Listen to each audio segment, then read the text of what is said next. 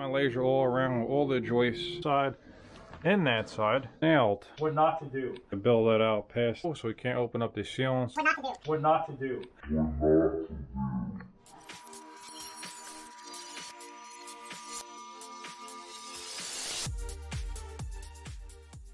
Hey guys, here we are back on site. I was able to get pretty much all the demo done. I vacuum out these bays a little bit more best I can. And since these joists, you can see here, they're pointed for the old mortar bed, I'm going to have to assist them so I have something solid to nail the plywood to. So I'm going to probably use 2x8s, 2x10s, whatever I can fit in here. And then over there, we're about 2 inches low, so I'm going to have to sister all those beams over there to bring up the height to exactly where I need it. So that's where I'm at right now.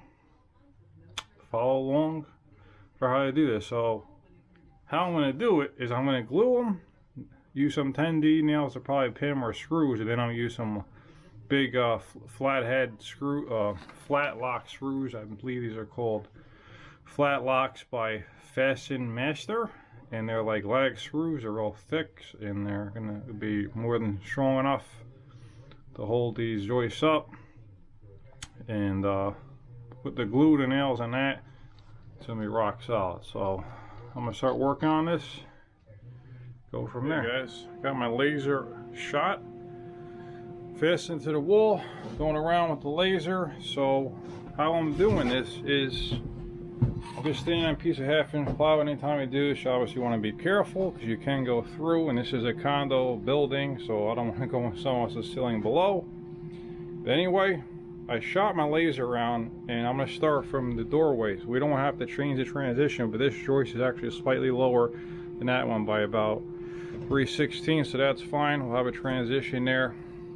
I'm going to start from that joist over there, make it flush with my plywood, and then level it out. But it drops really, literally a 1/2 inch by the time I get over here. So I'm going to start from over there, and then I'll work off of that, and then I'm going to shoot, you know, follow my laser all around with all the joists, making sure we stay on that line.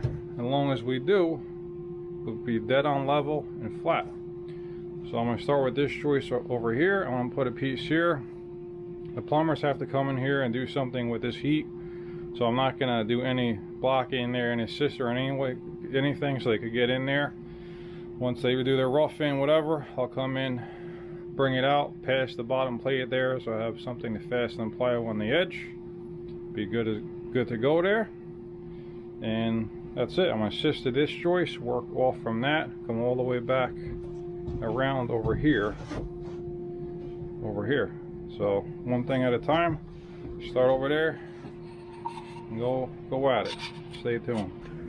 Okay, welcome back to the channel. Thanks again for tuning in, guys. So today I'm going to continue on with this video and kind of just show you how I'm going about this. I pretty much explained it at the beginning there, how I'm going to do it. Now I'm pretty much going to show you how I'm going to do it. So what I did is I believe I'm using a 2x8 here. I was able to fit in there. It was difficult to get in, but I got it. And I'm actually going to glue. I'm going to use some construction grade glue on the joist, both sides, the old joist and the new joist. And then I'm going to use these ledger lock screws, I believe they're called, and you can get them at your box store. They're basically just structural screws. They come with a special bit, and I'm going to put them in top and bottom about every 16 inches or so. And when you use these type of fasteners, you want to make sure that you're down from the top of the board. I believe it's about 2 inches to the center of the fastener, and same thing from the bottom. And you don't want them any further than about, I believe it's 5 inches. So you might want to check into that, but that's why I remember correctly. This job I did, I'm recording this now. This is June. I'm actually editing this video, but this project was done over last year, December into early 2021. So anyway. So what I'm going to do is I'm going to get where I want to mark the laser. I'm just going to get a scrap piece of wood, and I'm going to mark a line on that, and that's going to be my, see that piece on my left hand right there? That's going to gauge how high I have to pull up the joist to get it level going around, and basically I just repeat that going around. I put the piece of wood on there, move it up or down to get it where I want it to be exactly on that line for the laser. As long as you stay consistent with how you hold that piece of wood, because that's basically like your rule right there. That's gonna, there's many terms you can use, but that piece of wood is gonna really, you know, make or break this floor. So long as you're on that line and you hold it the same way on top of each piece of wood that you're fastening onto these old joists here, the floor is gonna be dead level and dead flat. And by the time I got this floor done, the tub was within about an 1/8 inch or so from level, maybe a 1/16, and the rest of the floor was pretty much level. I mean, it was dead flat. You know, for what it was, it dropped about 3/4 inch. I got it within about 3/16 around the whole floor, going to level.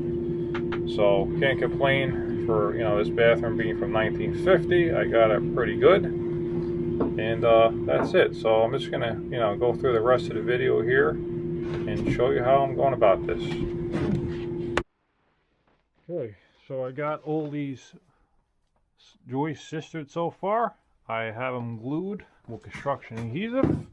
I basically put a deck screw in to hold each end to get it level, and then I finish it off with these are called headlock fasteners. They're really thick stuff. I'll show you one. They're structural screws. So I do them about, I marked it out about every 16 inches. So between the glue and those, these things are rock solid. And if you could see, it's able to have the ends of the board sit on this sill plate here on this side and that side. So basically it could be standing by itself. I mean, sistering that joist is going to reinforce that one, but by itself it's going to hold the weight. And anywhere, see, I just put some shims on the bottom so everything's supported. So everything in here is solid. You can see over there, I'm right on the sill plate. See over there on the sill plate. So today I'm going to address this section here. And once I am done with that, basically I have to wait for the plumber to come in, roughen the shower. We're going to put a tub back in here. Then he's still going to go over here, but I believe the client wants to do the shower over there. So once all that done, roughed in, then I'll be able to put a board there, because I'm not sure how he wants to route the plumbing. I don't want to get in his way. And then what I'm planning on doing this will probably is take some 2x4s on the flat, glue them and screw them to the walls here, and that may bring me out far enough for a tub. If not, I might have to double up one of these walls to make it far enough for a tub. Whatever it's going to take, I'm going to make sure it's right. So there we go. Okay, so I got this whole thing framed out. This is as much as I can do. Over here I'll put a joist once the plumbers are going to figure out what they're going to do there, and then one over there. As far as I'm concerned right now, I am finished here until the rough electrical and plumbing is done. That's all I can do for now. And that's it. Everything is glued, screwed, and nailed. So we got these headlock screws. Those things are rock solid. Anywhere that I didn't think I need them, which would be on these cripple pieces here, and these two pieces here, they're glued and nailed.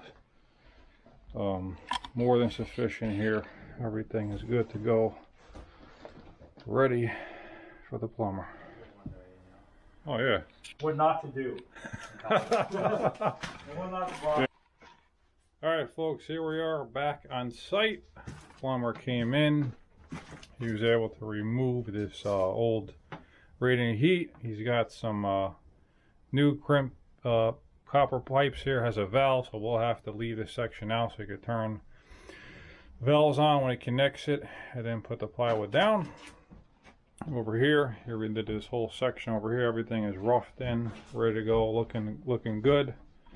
So right now I'm here to finish it off. I got to put a block over here if I can, a joist there, and then I have to finish off this back section over here. If you can see that, basically I have to build that out past the bottom plate here. That way we have a spot to nail our plywood, and we're supported there. So that's where I'm at right now, guys. Stay tuned. Okay, here we are back on site. All the subfloor is redone here.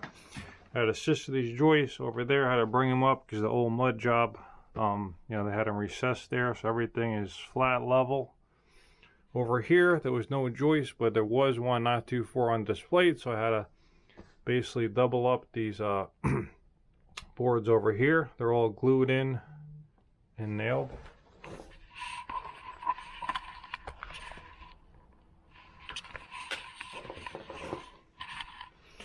They're all liquid nail glued, and I got the ledger board screws in there where it meets the first one, because I can actually fit the screw gun in there, but the other ones I had to use a palm nailer with some 10D and 16D nails, but it's glued, nailed, and screwed. Everything's rock solid. So basically I'm just going to go around with my level as a straight edge and just make sure if there's any high spots on these joists, I shave them down, and then start installing the plywood here. I'm going to be putting down 3/4 inch tongue and groove plywood, and I have to leave out a section here for the plumber because this is actually a condo and there's a living people, a different unit below, so he can't open up the ceiling. So I'm going to leave out this section here. He's going to put on his heat element, turn on the valves, and then I'll put my plywood in. But for right now, basically going to get this section done, plywood down, start putting on, put 2x4s on the flat on this side. I'm going to glue them and tap con them to this concrete, so it'll be rock solid.